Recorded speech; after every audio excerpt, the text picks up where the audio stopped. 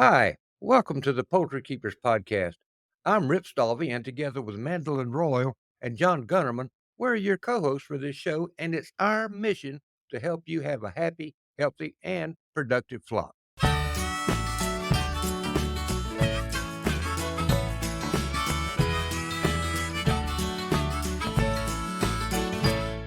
Yeah.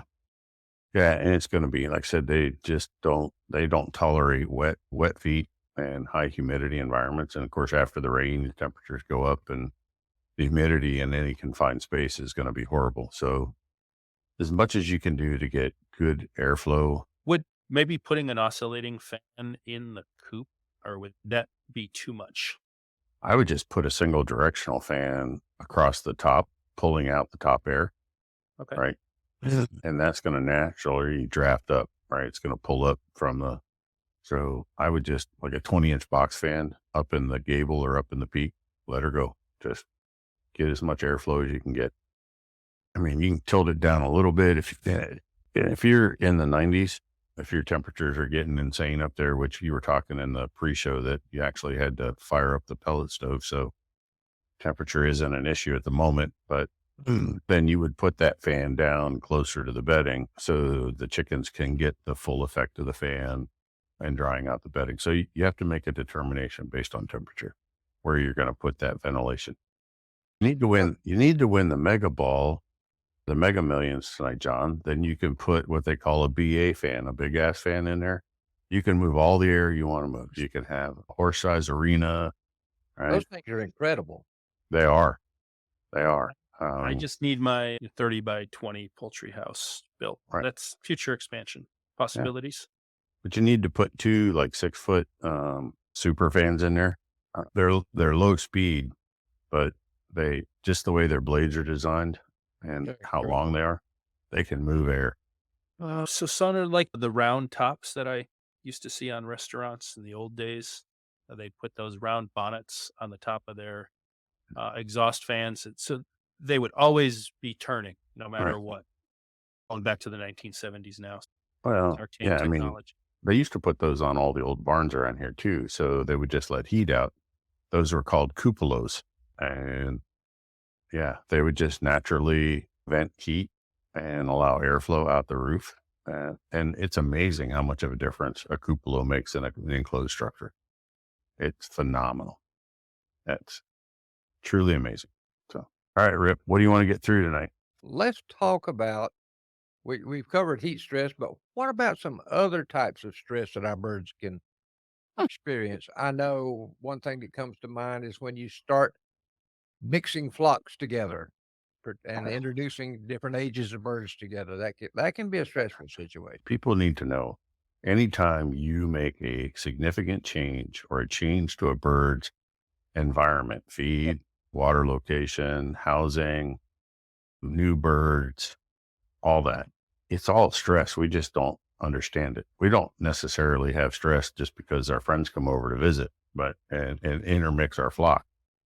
But I can tell you that my mother did. Whenever somebody was coming to visit, she did the flight of the bumblebee, had to clean the house from top to bottom. She was a nervous wreck until they were there for about a half hour. Your hens are pretty much the same way. Yeah. You just don't want to disrupt their social order, but we do it as breeders because we have to. They pick up on the smallest thing. It's absolutely incredible. Believe it or not, if you wore the same pair of jeans and the same shirt every day to feed your chickens, and one day you come out there and change colors. Oh yeah, they flip out. They get so used to, they have a routine and they don't want to. People need to get ready because fall's right around the corner and the mites and the lice are going to be looking for a home. Really common. Probably most of the people that will watch this have had it or experienced it, or if you haven't, it'll happen. Just a matter of time. When I had my flock, I'm pretty sure it was from sparrows and cowbirds and wild birds coming down, eating and drinking where the flock was. It was pretty simple for me. I cut off one of those plastic 55-gallon barrels, made it about 12, 14 inches deep, and I filled it half full of ashes. And of course, up here in the north, we get ashes from coal or wood. I don't know what you guys in the south are going to do, but you can make a mixture of peat moss, diatomaceous earth, but there isn't an exact recipe. Somebody's probably saying, oh, I got to get that recipe. Just throw in some peat moss, throw in a feed scoop of diatomaceous earth and feed it, throw in a half a scoop of powdered sulfur, mix it up. And don't get fussy about mixing it up, because once the hens figure out what's in that barrel, they'll mix it for you. Yep. Yep. And I tell you, I'd go out to I'd go feed and water the chickens after work when I get home. There's nothing funnier than my daughter's Brahma. She had a white Brahma, and she was the boss at the coop, and she would be in that dust bath and buried all the way to the bottom of her eyes. I'm not lying, right? She's buried. She'd stand up and they take this ghostly appearance because they got all that dust on them and that ash. And they get really perturbed at you if you interrupt their dust bath. I'm telling you, they just don't do it. And in this barn, which was out in Wisconsin, that hen, when I got too close to the barrel, she was not happy because I interrupted her day at the spa, so to speak. Yeah, but it works great. I know people talk about using ivermectin and all these other externals, and that's fine.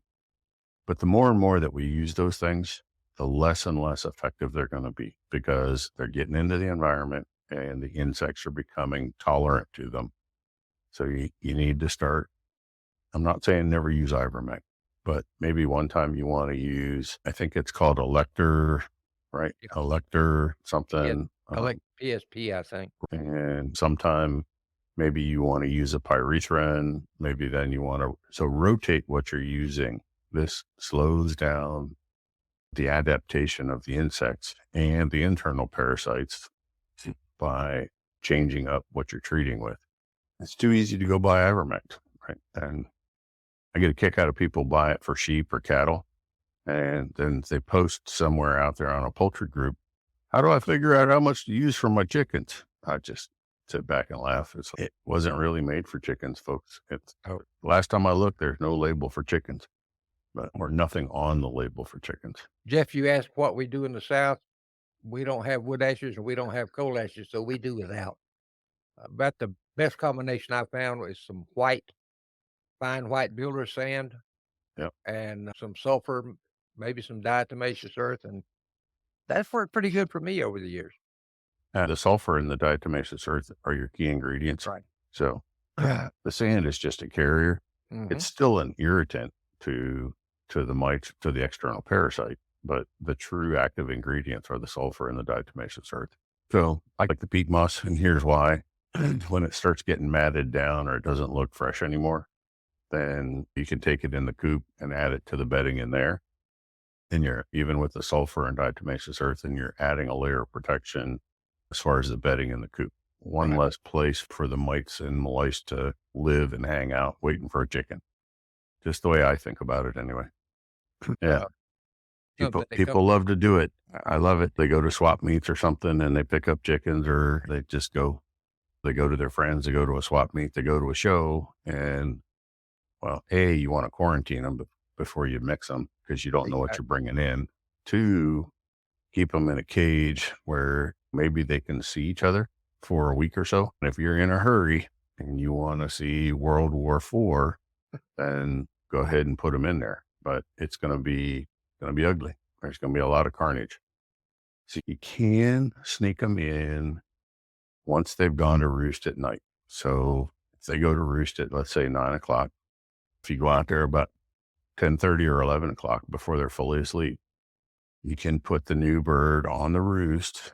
Don't turn on the lights. Just go out there with a headlamp or something small, like a red headlamp. Put them on the roost. In the morning, you need to be there when they wake up and they come out. Just make sure nobody's killing each other. And partly depends on breed. Yeah. My black Australorps were pack hunters, and you put a new bird in there, chances are it wasn't going to live long. So you just put it on the roost somewhere in an open spot. And I already talked about socializing. There's a product out there that is botanical. So it comes from herbs. It's called Fox Rescue Remedy.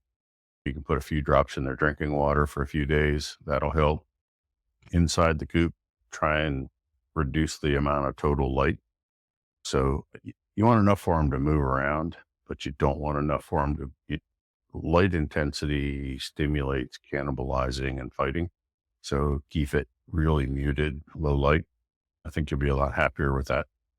Wormers, heavy internal parasites can also stress birds, heavy loads of those parasites. And you've got some excellent advice here on how to worm your bird.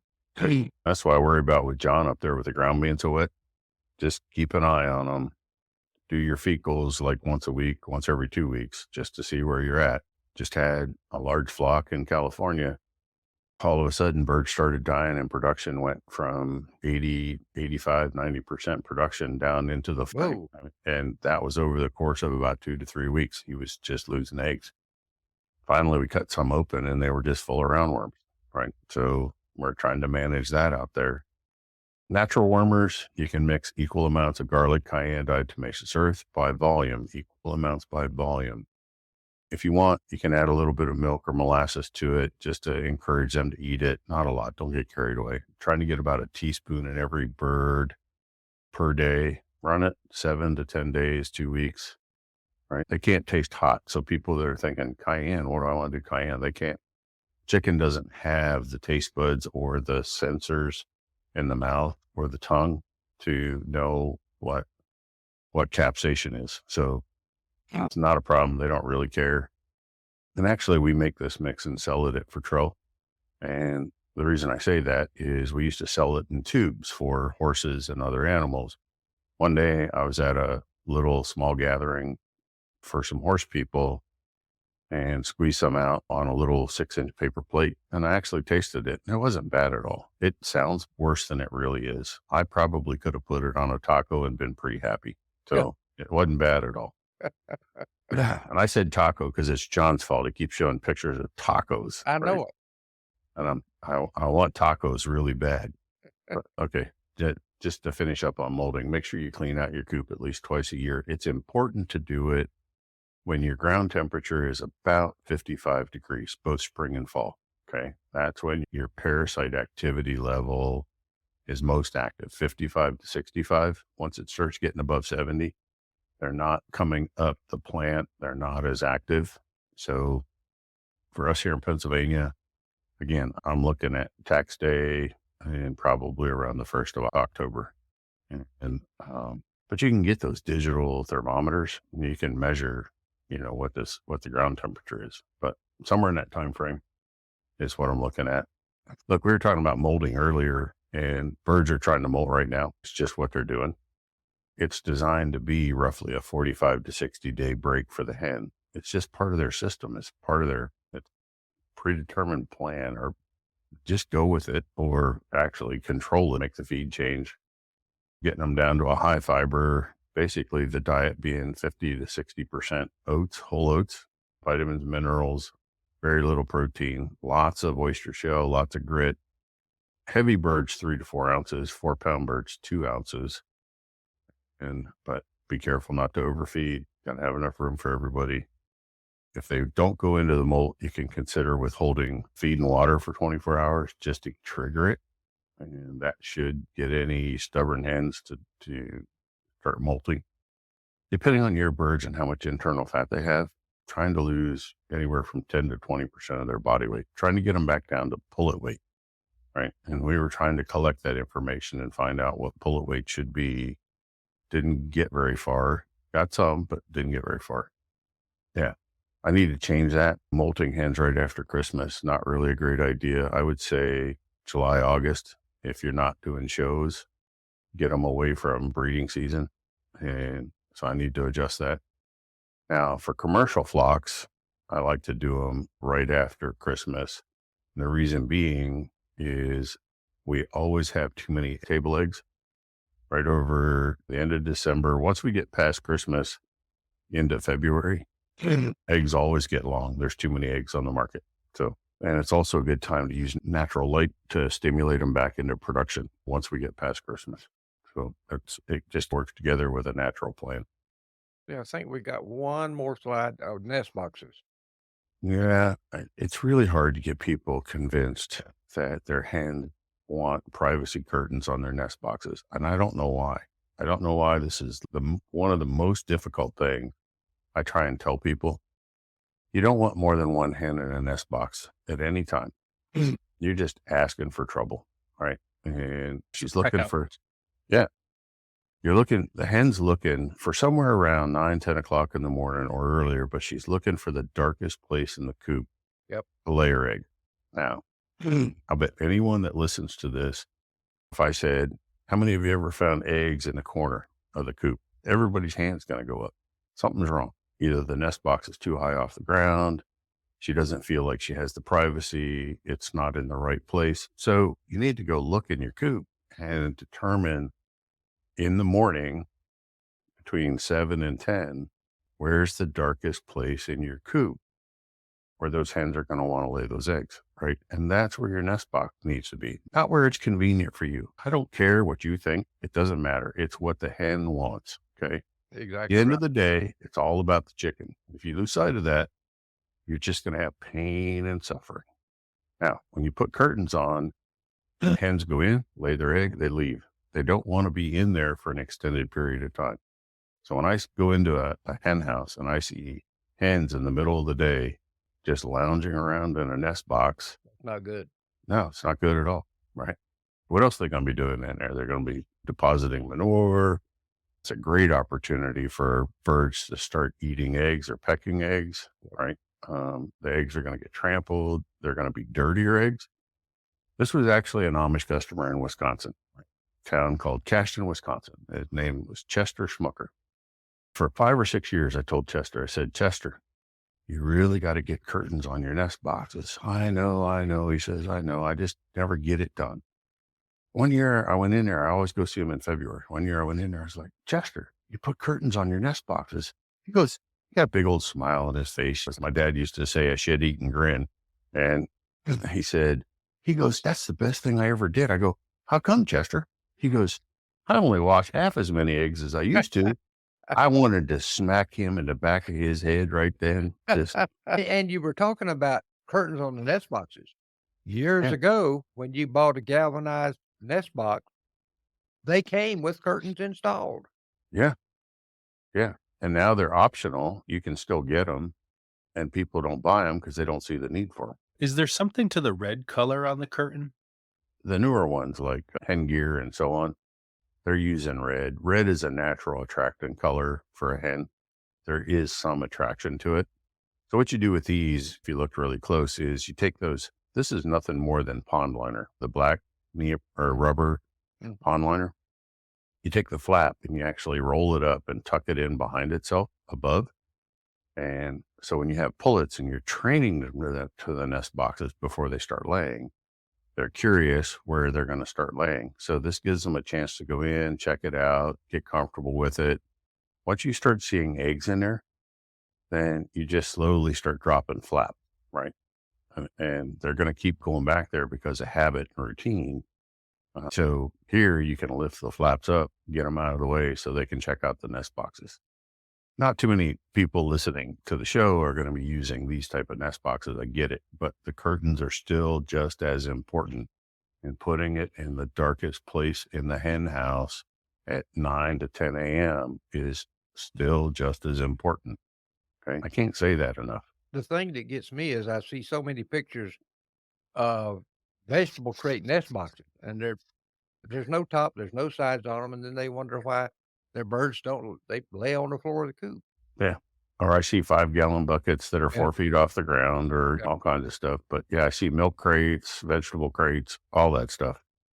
If people would go out and spend more time observing what their birds are doing, it wouldn't be nearly the issue.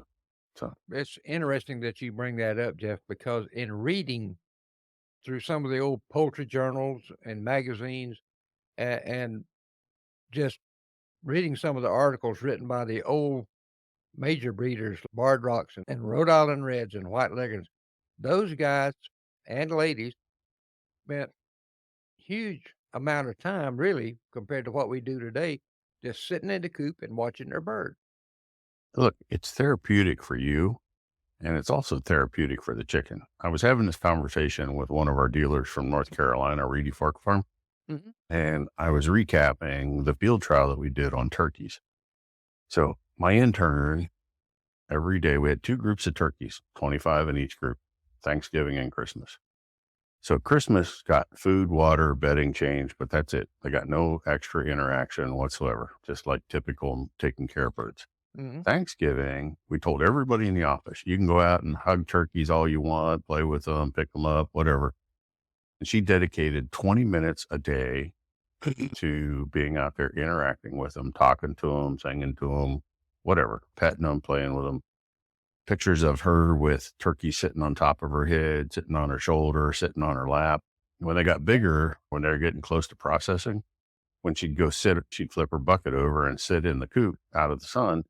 They'd line up like children at story time in a circle around her, right? So here's the thing. When we got done, when we processed them at 13 and a half weeks old, there was 1 more pound of carcass in the birds that got human interaction than there was with the birds that did not. 1 pound. Okay. Finish weight. That doesn't sound like a lot, but when you're working with production people commercially or on a larger scale, Lot. when you're selling your turkey for $4.95 a pound, that's an extra $4.95 on every turkey. So that's a big number. Now, all animals respond to human interaction, and you just got to take your time and enjoy them.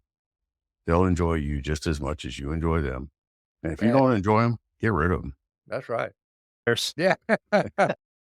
I just want people to realize they can always message us or post on all of the groups, Poultry Yes. Keepers 360, Poultry Breeder Nutrition. And look, if I missed it because you're in a different time zone, just send it again. Okay. Be persistent. You're not going to hurt my feelings. I got to sleep sometime. Thank you for joining us this week. And before you go, make sure you subscribe to our podcast so you can receive new episodes right when they're released, and they're released every Tuesday. And if you're enjoying this podcast, we'd like to ask you to drop us an email at poultrykeeperspodcast@gmail.com and share your thoughts about the show. So thank you again for joining us for this episode of the Poultry Keepers Podcast. We'll see you next week.